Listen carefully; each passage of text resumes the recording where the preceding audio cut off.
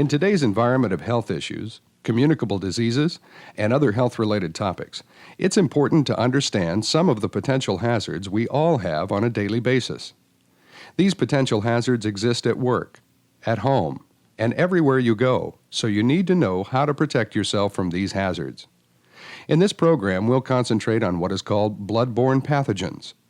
Bloodborne pathogens means pathogenic microorganisms that are present in human blood and can cause disease in humans.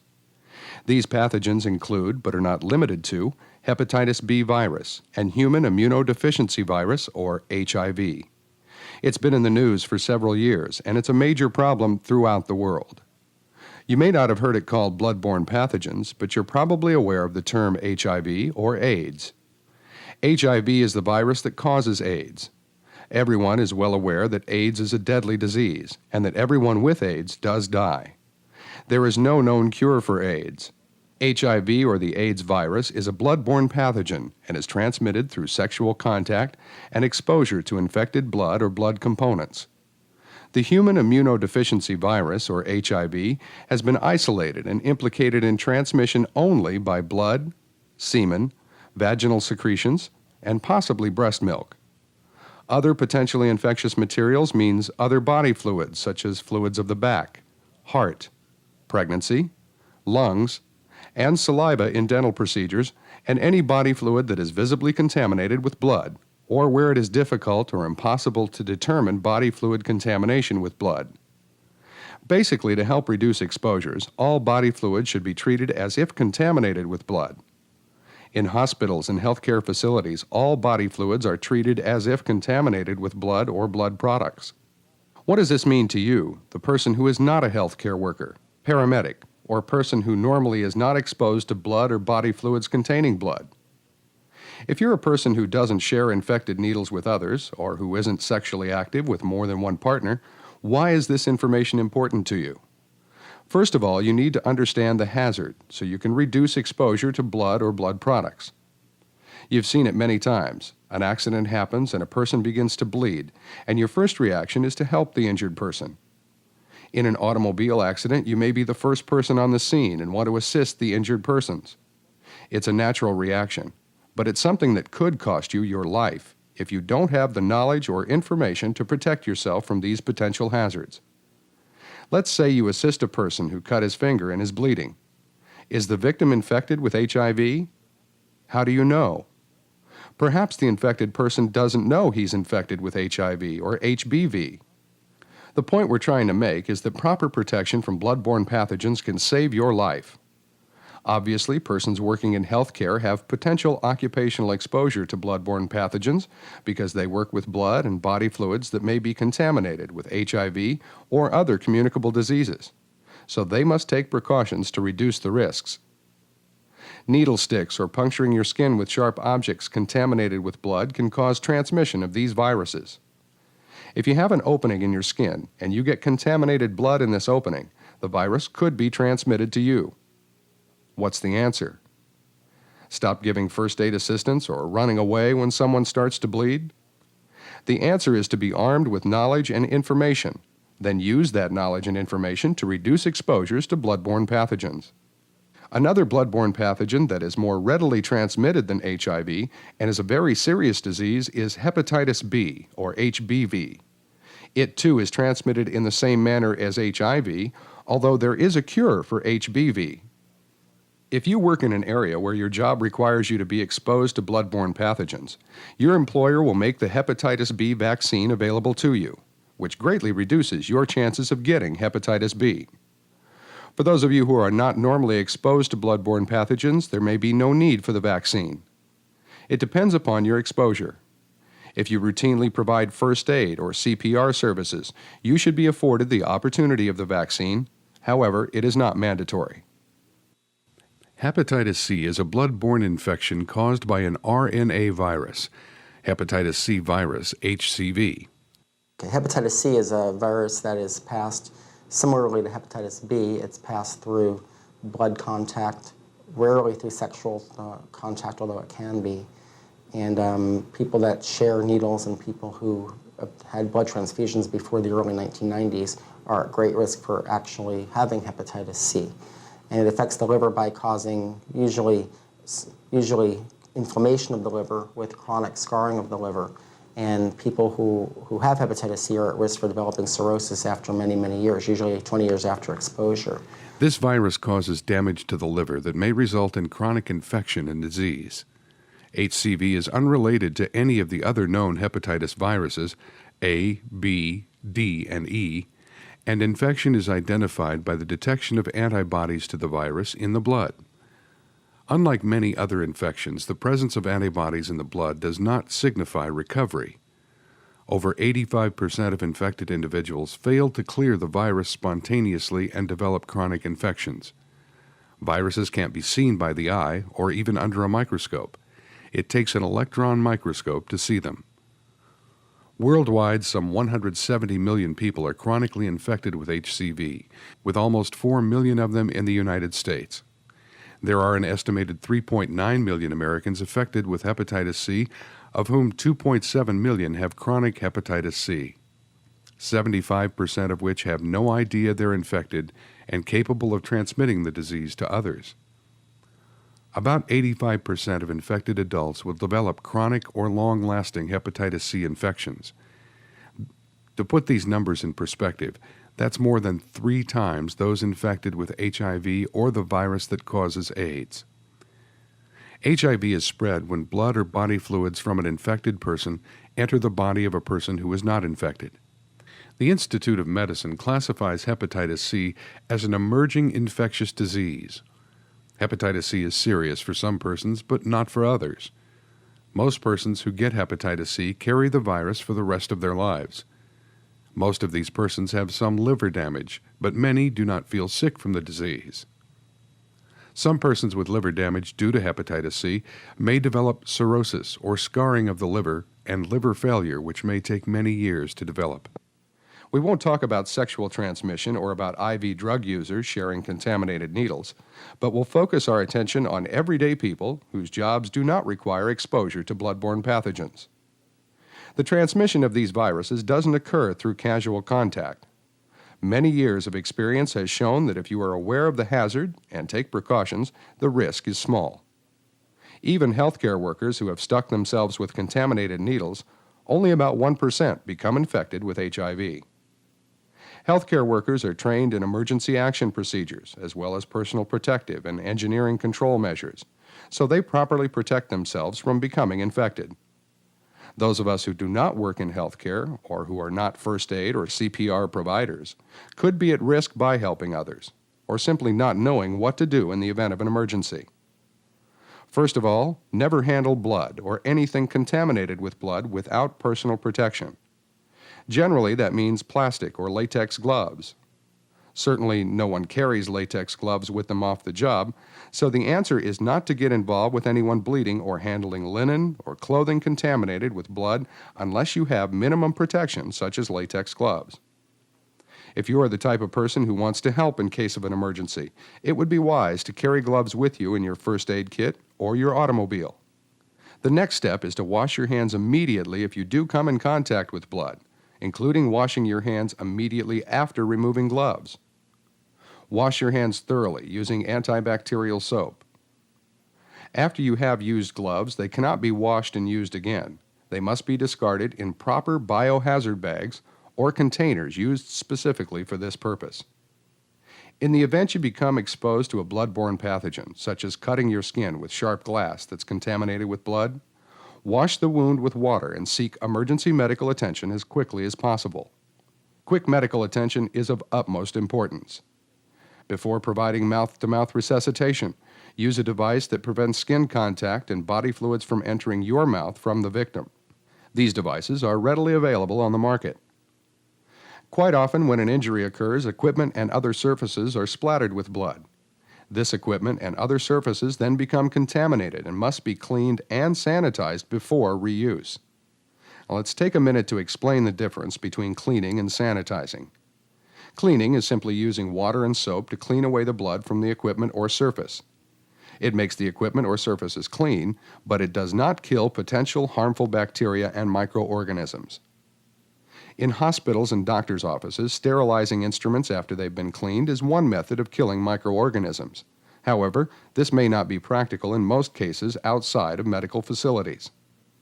One effective means of sanitizing a contaminated surface is to use 1/4 cup of a common household bleach mixed with 1 gallon of water. This makes an excellent sanitizer and kills harmful microorganisms. Good housekeeping and hygiene are important factors in your health, as well as reducing exposures to bloodborne pathogens. Some basic tips on housekeeping include inspecting and decontaminating reusable receptacles such as bins, pails, and cans that have a likelihood of becoming contaminated. Always use mechanical means such as tongs, forceps, or a brush and a dustpan to pick up contaminated broken glassware. Never pick up broken glass or other sharps with your hands, even if you're wearing gloves. As a first aid or CPR trained person, there are other considerations, such as using biohazard waste bags and disposing of contaminated first aid supplies according to proper procedures. However, as a person who does not regularly work as a first aid or CPR provider, and you do perform emergency procedures, be sure to consider blood-splattered clothing, used first aid supplies, and latex gloves as hazardous that require proper waste disposal, not simply throwing them in regular trash. Good housekeeping, personal hygiene, personal protection, and being aware of the potential hazards can go a long way in preventing exposure to bloodborne pathogens. If you are assigned jobs that routinely require you to be exposed to blood, then you'll receive additional training. As a person who isn't normally exposed, you still need to know how to protect yourself from bloodborne pathogens, because you never know when an emergency may arise. School teachers providing first aid to school children are exposed. Good Samaritans providing first aid to injured persons are exposed. Housekeepers, agricultural workers, manufacturing, construction. Everyone has the potential for exposure. Protect yourself with gloves anytime you may come in contact with blood or contaminated body fluids. Don't take chances. We want to be sure you understand the transmission of HIV or the AIDS virus isn't going to occur by casual contact. Non-infected people have lived in the same house with HIV-infected persons for years without contracting the virus. There's no reason to panic or to exclude persons with AIDS from everyday living because the exposure through casual contact just isn't there. What is important is to understand the transmission of HIV and HBV comes from contact with blood and contaminated body fluids that contain these bloodborne pathogens. If you protect yourself, know the hazards, and how to prevent exposure, then the risk is minimal. Taking care to wash your hands, maintain good housekeeping, use disinfectant on contaminated surfaces, wear gloves when giving first aid, and generally using common sense and good judgment in emergencies is essential in preventing these exposures. In today's environment, it's just not healthy to take chances. We get skin cancer from the sun, but you can protect your skin. We get lung cancer from smoking, but there are things you can do to prevent the problem. There are thousands of exposures to a wide variety of illnesses, but there are preventative measures. In the case of bloodborne pathogens, knowledge and good judgment goes a long way to prevent exposure to HIV and HBV. You may not work in an area where you're exposed, but think about all the times when you're not at work and an emergency arises. Take the time for safety because the preventative measures you take directly relates to your own health and safety. Thank you.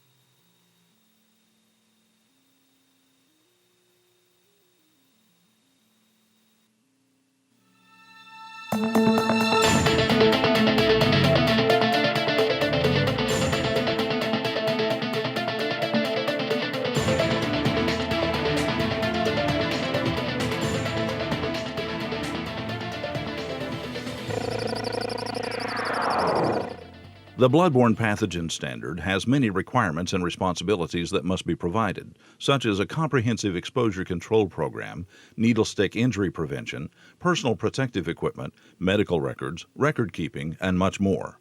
What we would like to do in this particular program is list the 14 elements of information and training that is required for your bloodborne pathogen program to meet OSHA standards. You might say this would be a great checklist to ensure that your program is up to date and is in compliance. Required information and training.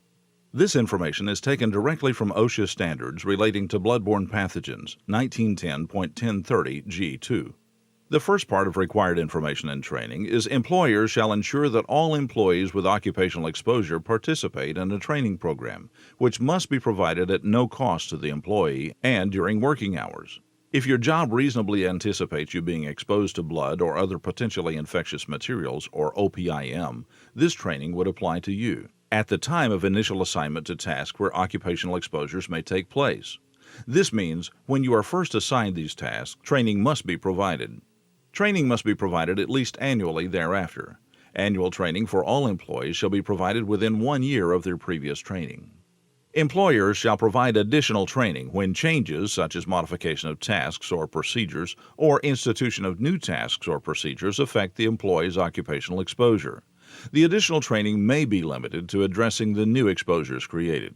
Material appropriate in content and vocabulary to educational level, literacy, and language of employees shall be used. Basically, this standard means the company must train at the educational level and literacy competence of the individuals and the language used by the employees. If Vietnamese is the language spoken by employees, then training must be in that language. 14 required elements. The training program shall contain, at a minimum, the following elements. Element 1. An accessible copy of the regulatory text of this standard and an explanation of its contents. Element 2. A general explanation of the epidemiology and symptoms of bloodborne diseases. Epidemiology is the study of factors affecting the health and illness of populations and symptoms of infection of bloodborne diseases. Element 3. An explanation of the modes of transmission of bloodborne pathogens, generally, how bloodborne pathogens are transmitted through exposure to these pathogens. Element 4. An explanation of the employer's exposure control plan and the means by which the employee can obtain a copy of the written plan. This is the employer's exposure control plan and where the employee can obtain a copy of the plan. Element 5. An explanation of the appropriate methods for recognizing tasks and other activities that may involve exposure to blood and other potentially infectious materials. Element 6. An explanation of the use and limitations of methods that will prevent or reduce exposure, including appropriate engineering controls, work practices, and personal protective equipment. Element 7. Information on the types, proper use, location, removal, handling, decontamination, and disposal of personal protective equipment. Element 8. An explanation of the basis for selection of personal protective equipment. This training explains why particular personal protective equipment is used and the purpose of wearing it. Element 9. Information on the hepatitis B vaccine, including information on its efficacy, safety, method of administration, the benefits of being vaccinated, and that the vaccine and vaccination will be offered free of charge. This type of training would cover these aspects of the hepatitis B vaccine and information for you to make a decision to take the vaccine or decline it. Element 10.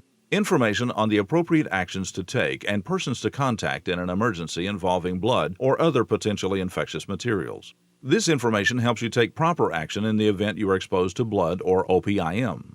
Element 11. An explanation of the procedure to follow if an exposure incident occurs, including the method of reporting the incident and the medical follow-up that will be made available. Element 12. Information on the post-exposure evaluation and follow-up that the employer is required to provide for the employee following an exposure incident. Element 13. An explanation of the signs and labels and/or color coding required by paragraph G1. And Element 14. An opportunity for interactive questions and answers with the person conducting the training session. If the training is conducted online, there should be an opportunity for you to ask questions to a topic expert, generally via telephone or email. Other requirements. The person conducting the training shall be knowledgeable in the subject matter covered by the elements contained in the training program as it relates to the workplace that the training will address. The Bloodborne Pathogen Standard is very comprehensive and requires compliance in all parts of the standard. Employees who may reasonably anticipate being exposed, such as first aid providers, emergency responders, hospital workers, and similarly employed persons, must be trained. Of course, all training must be properly documented. Documentation is a mandatory requirement on almost any training that is conducted in any organization.